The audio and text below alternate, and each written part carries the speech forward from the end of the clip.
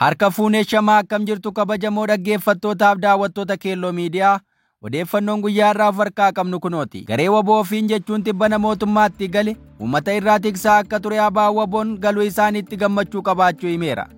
Hidhattoonni tibbana godina Horroo Guduruu Wallaggaatti harka kennatan miseensota koomiti jechuun ABO WBO'n jabeessee himeera. Ji'a tokko keessatti hidhattoonni 160 ol ta'an qabsoo nagaatti amanuun mootummaatti harka kennachuu isaanii bulchaan godina Horroo Guduruu Wallaggaa obbo Mirreessaa fiixee miidiyaaleef himaniiru. ABO WBO'n garuu dubbii kana haalaan hubachiisuun kanneen galan jedhame kun miseensota isaa akka hin taane ibse.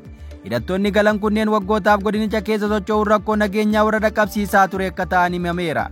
Fulbaana 28 bara 2025 ammoo hidhattoonni 57 al takkaatti hoogganaa garichaa yaaddessaa jedhamu waliin mootummaatti harka kennachuu himame. Gorsaa ajajaa olaanaa ABO WBO ta'an obbo Jireenyaa Guddataa loltoota keenya miti, loltoota WBO jechuun kan hoogganaan isaa Marroo Dirribaa ta'e, itti aanaan isaa Gammachuu Abbooyyee ta'e, kakoree hojii raawwachiistuu fi miseensota gumii sabaa qabu, akkasumas zoonilee 8 jalatti kan hammatamee fi tartiibaan hoogganamudha jedhan. Warri amma galan garuu kanneen warra maqaa WBO moggaafatanii bosona keessa turan ta'uu obbo Jireenyaan ibsaniiru. Itti dabaluunis gareen kun warra uummata irraa waa bubbutataa saamaa turedha jedhan. Inumaayyuu uummata irraa isaan tiksaa turre ka jedhan gorsaan ajajaa olaanaa ABO WBO amma galuun isaanii uummataaf boqonnaadha jedhaniiru. Yaaddessaa ka jedhamu hoogganaa keenya keessas ta'ee loltoota keenya keessa hin jiru ka jedhan obbo Jireenyaan hidhattoonni kun amma galan kanneen eenyufaa akka ta'an eessa akka socho'aa turan quba qabna, garuu waraana keenya mitii jedhaniiru. Garee tokko Horroo Guduruu Wallaggaa keessa hoogganaa akka ture Faqqadaa Abdiisaa ka jedhamu ji'a tokko dura mootummaatti harka kennachuun galeera. Hidhattoota galan keessaa ajajaa olaanaa garichaa jalatti hoogganamaa akka turee fi miseensa keenya kan ta'e mitii jedhan.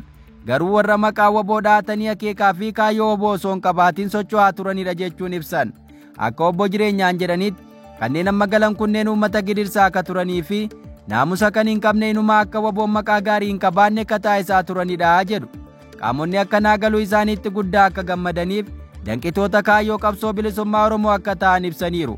Obbo Jireenyaan nama yaaddessaa jedhamuu fi ka garee kana hoogganee fudhatee gale jedhame akka beekan ibsanii akkatti gareen adda addaa godinicha keessatti babal'ate seeraniiru.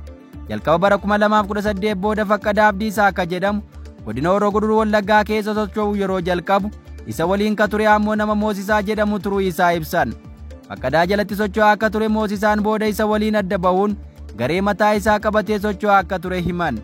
Yeroo Moosisaan garee mataa isaa qabatee Faqqadaa irraa adda bahuun socho'uu jalqabu kan amma garicha hoogganee gale yaaddessaan isa Moosisaa jala ture ka jedhan obbo Jireenyaan booda innis isarraa adda bahuun garee mataa isaa qabatee socho'aa turuu kaasan. Tibbana yaaddessaan garee isaa qabatee yeroo galu garee Moosisaa jala jirus bosonatti hafeera jechuun dubbataniiru. Ji'a dura mootummaatti harka kan kennate Faqqadaa Abdiisaa duraan bara 2006 irraa kaasee miseensuma ABO ture jedhu. Bara 2018 booda yeroo gara bosonaatti deebi'u garaagarummaa yaadaa Marroof isa gidduu tureen irraa adda bahuun socho'uu jalqabuu isaa himaniiru. Erga qabsoo kana nagaa qabsaa'uuf ABO'n Eritrea irraa gara biyyaatti galee humni waraanaa dhaabichaa yeroo sanaa leenjii haaromsaa gale. Gariin sana booda bosonatti deebi'uu kan himan obbo Jireenyaan Faqqadaanis yeroo gara bosonaatti deebi'uu Marroo jalatti hin taliigamu akkuma duraanitti ABO irraa ajaja fudhadha jechuun irraa adda bahuu isaa himan. ABO'n qabsoo karaa nagaa gaggeessuuf erga galee humna waraanaa akka hin qabnes ibseera. Gareen kun akkuma miidiyaaleen biraas gabaasan WBO dura dhaabbachuun warra hundaa'ee socho'aa turanidha, warra mootummaanis itti fayyadamaa turedha jedhaniiru. Godinaalee Wallaggaa godinaalee hidhattoonni waraana bilisummaa Oromoo bal'inaan keessa socho'anidha. Keessumaa Wallagga Bahaa fi Horroo Guduruu Wallaggaa makuma WBO kadhaatan gareen adda addaa socho'uu isaanii maddi oduu kanaa BBC'n gabaasa. As keessatti uummata nagaa irra deddeebiin miidhaa dhaqqabaa tureera. Namoonni nagaa ajjeefamuu, qabeenyi isaanii saamamuu fi ugguramuun maallaqa gaafatamuun waan baratame ta'aa ture. Oduu keenya itti aanuun mootummaan Itoophiyaa mala turtii aangoo isaa taasisuun uummata hunda milishummaatti leenjisuu irratti bobba'uu isaati himame. Oromiyaa keessatti yeroo ammaa ilmi namaa kamuu leenjii milishummaa akka fudhatu dirqamni diriirfamaa akka jiru gabaasni argame ifoomseera. Qonnaan bulaa, daldalaa, dargaggoo fi abbaa warraa utuu hin hafin humnaan gara leenjii waraanaatti oofuun hawaasni gidirfamaa akka jiru Kello miidiyaan odeeffannoo argate. Bulchiinsi Itoophiyaa ammaa falmiin hidhannoo itti hammaachuurraa inumaa lolli WBO Oromiyaa keessatti qormaata olaanaa waan itti ta'eef mala hawaasa bal'aaf leenjii waraanaa kennuu irratti bobba'eera jedhame. Kunis akka sochii WBO danqamuuf akkasumas sirna bulchiinsaa isaatti umurii dheeressuuf akka akeekkate akka ta'e barameera. Waa'ee lubbuu lammiilee dhumaatiin namaa kan isa yaaddessine mootummaan dirqamaan uummatatti qawwee hidhee akka gidirsaa jiru gabaasichi ibseera. Haalli kun baadiyyaa Oromiyaa hunda keessatti raawwataa akka jiru gabaasni kun akeekeera. Inumaa Hararge, Wallaggaa fi Shawaa Lixaa dabalatee Oromiyaa kutaalee hedduu keessa haalli dirqiin waraanatti uummata oofuu kun haalaan gabaafamaa jira. Akka maddeen jedhanitti tibbana Wallagga Bahaa Waamaa Galoo gandoota baadiyyaa fi bulchiinsa magaalaa keessatti dirqamaan abbootii warraa daa'imman guddisan milishaa taa'essuu irratti bobba'aniiru jedhame. Kaan isaanii ammoo keessaa filuun gara mooraa leenjii waraanaa mootummaatti oofaa akka jiran himame.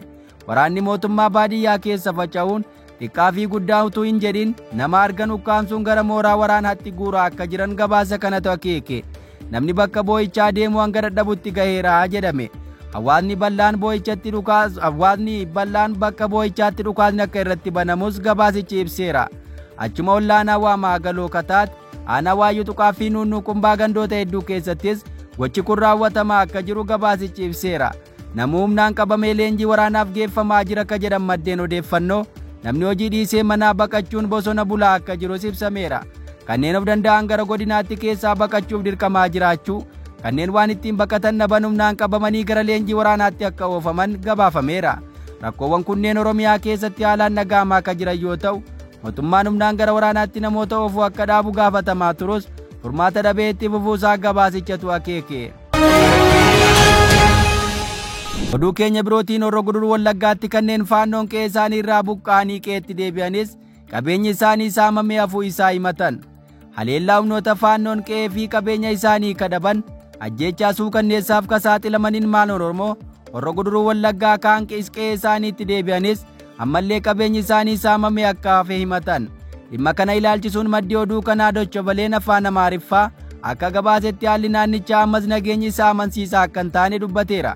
Jiraattonni Horroo Guduruu Wallaggaa Abey irraa humnoota faannoo jedhamaniin qe'ee isaanii dhabuuf dirqaman kunneen haala rakkisaa keessatti kufuu ibsaniiru. Akka jiraataan naannichaa jedhutti sababa hidhattootaa fi darbee humnoota nageenyaa waliin lola qawwee taasifamaa jiruun naannoon kun ammas jeequmsa keessa kan jiru yoo ta'u, kunis namoota hedduu biratti yaaddoo guddaa uumeera jedhame. Akkasuma namoonni buqqa'an gara ganda isaaniitti deebi'aniiru. Garuu qabeenyi isaanii saamamee waan hin deebifamneef rakkoon isaan mudachaa jira jedhan. Gabaasni Tplf kun akka agarsiisutti buqqaatonni 9,000 ol qe'ee isaaniitti deebifamaniiru. Qe'eetti deebi'anis wabii nageenyaa akka hin qabne ta'uu fi bu'uuraalee jireenyaa kanneen akka nyaataaf dhugaatii dabalatee haalli jireenya isaanii rakkisaa akka ta'e himatan. Baatii darbe keessa Horroo Guduruu Wallaggaa Abey danda'umaa gaaleessaa keessaa kanneen humnoota finxaaleyyii faannoon qe'ee isaanii dhaban namoonni 9,045 qe'eetti deebifamuu gabaasichatti ibse. Haleellaa hidhattoota dhuma baatii Hagayyaa keessaa Abey keessatti raawwatameen lubbuun namoota hedduu darbuu fi qabeenyi barbadaa'ee gabaafamaa tureera. Hagayya 23 bara 2017 akka lakkoofsa Itoophiyaatti haleellaan magaalaa Tulluu Waayyuu irraa kiiloomeetira 30 fagaattee kan argamtu hoomaa gaaleessaa irratti raawwatamuun kan yaadatamu. Haleellaa jedhame kanaan namoonni hedduun qe'ee isaanii irraa buqqa'uu bulchiinsi godinichaa beeksiseera. Kuta'ee akka itti gaafatamaan komishinii aanichaa obbo Lamaayyoo Dhugumaa Tplf'tti himanitti namoonni qe'ee isaanii irraa buqqa'an torban hedduudhaaf bakka tokkotti rakkataa akka turan gara qe'ee isaaniitti deebi'aniiru jedhan. Kanneen gara qe'eetti deebi'anis lakkoofsi isaanii 9,000 ol akka ta'e himuun hedduun isaanii qonnaan bultootaa fi kaanis keessatti argamu jedhame. Mootummaan amma haalli naannichaa gaarii ta'uu fi humni nageenyaa bakkichatti bobbaafamee nageenya bakkatti akka deebise himaa jira. Jiraattonni ammoo ammallee yaaddoo nageenyaa akka qabaniif qabeenyi isaanii akka deebifamu dhiibbaan taasifamaa kan hin jirre ta'uu himataniiru.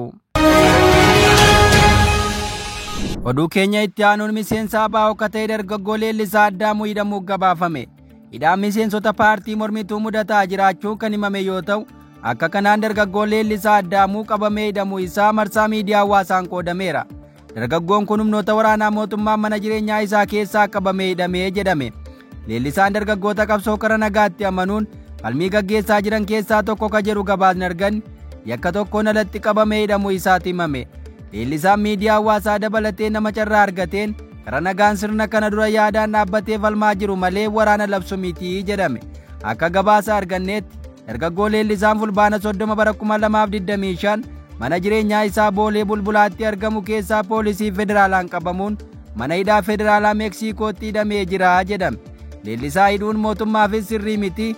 Nama yaada isaa ibsatu nama yaada mormuu ifatti sababa miseensa ABO ta'e qofaaf hidhuun dogoggora seenaatii jechuun gabaasni kun akeekeera. Hidhaan akkanaa qabsoo karaa nagaa akka danqu sirna dimokiraasiif qormaata olaanaa akka ta'u isaas ibsamee jira. Oduu keenya dhumaatiin Masiriin lolaa Sudaan mudatee fi Itoophiyaa himachuu booda biyyoonni lamaan poorti Sudaanitti wal arganii mari'atan. Tibba kana lolaa cimaa kibba Kaartumitti miidhaa geesseef Masiriin Itoophiyaa himatteetti. Ministeerri Ajaalaa Masirii Badir Abdullaatiin sababni balaa lolaa Sudaan rakkoo bulchiinsa hidha haaromsaa Itoophiyaatti jechuun komachuu isaanii miidiyaaleen biyyattii Amharaan onlaayin gabaaseera. Qondaalli olaanaa Masirii yaada kana kan kennan walgahii roobii darbe Jarmanitti gaggeeffame irratti yoo ta'u, bulchiinsi hidha haaromsaa Itoophiyaa qindaa'aa ta'uu dhabuu isaatiin lolaa namaan dhaqqabee jedhan.